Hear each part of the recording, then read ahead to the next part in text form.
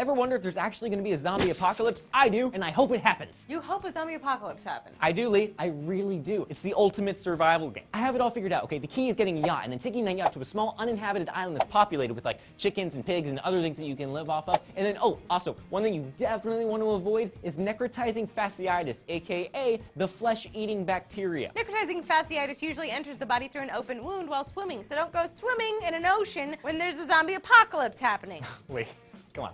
It's not that simple, okay? You can't just not become a zombie by avoiding the ocean. Don't be ridiculous, okay? The guitarist from Slayer contracted the disease from a spider bite, and a boy in South Carolina got infected when he removed rocks from the bottom of a lake, okay? So it's not just oceans. Necrotizing fasciitis is highly misunderstood, mainly because people think the bacteria itself is what eats your flesh. But no, bacteria actually releases a protein, and that ends up doing the evil work. Phospholipase A2 and the antigens enter skin cells and start breaking them down. I should mention now that the necrotizing fasciitis differs significantly from actual zombieism, and that the flesh-eating bacteria does not have a stronghold on you that turns you into a stupefied, brain-eating madman. But if you're like me and you believe it's better to be safe than sorry, then you should know that necrotizing fasciitis is as close to a model to the real human race obliterating infection as we have right now. The protein phospholipase A2 makes cells respond by releasing something called arachidonic acid, which causes pain. Eventually, there's a huge release of T cells which fight infections in your body. These then lead to the release of small proteins called cytokines. What happens then, Lee? The cytokines start a process which leads to the destruction of your tissue cells. Boom! There it is, zombie time.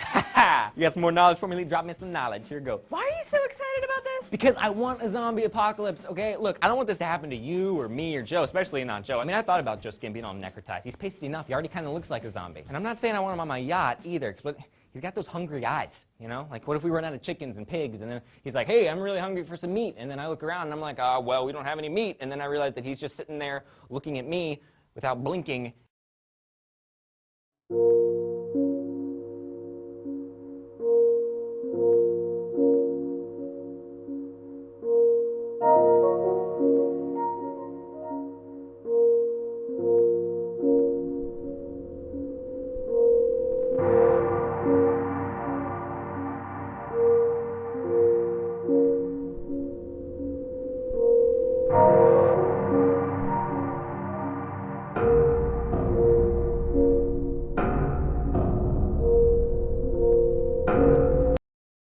Don't joke about zombies. That shit there, that's real.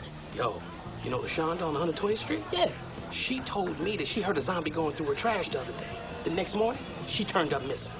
What? Okay, back up. How the hell do you turn up missing? Because nobody knows where you are when they realize you ain't there. Guys, I'm trying to answer. Okay, whoa. So you telling me that you can appear and disappear at the same time? No, man, you can't appear and disappear at the same time. The bitch ain't David Copperfield. Guys. No. But you can't be gone from one place and show up somewhere else entirely. So when you turn up, you're never missing. And when you're missing, you never turn up. Unless you a zombie.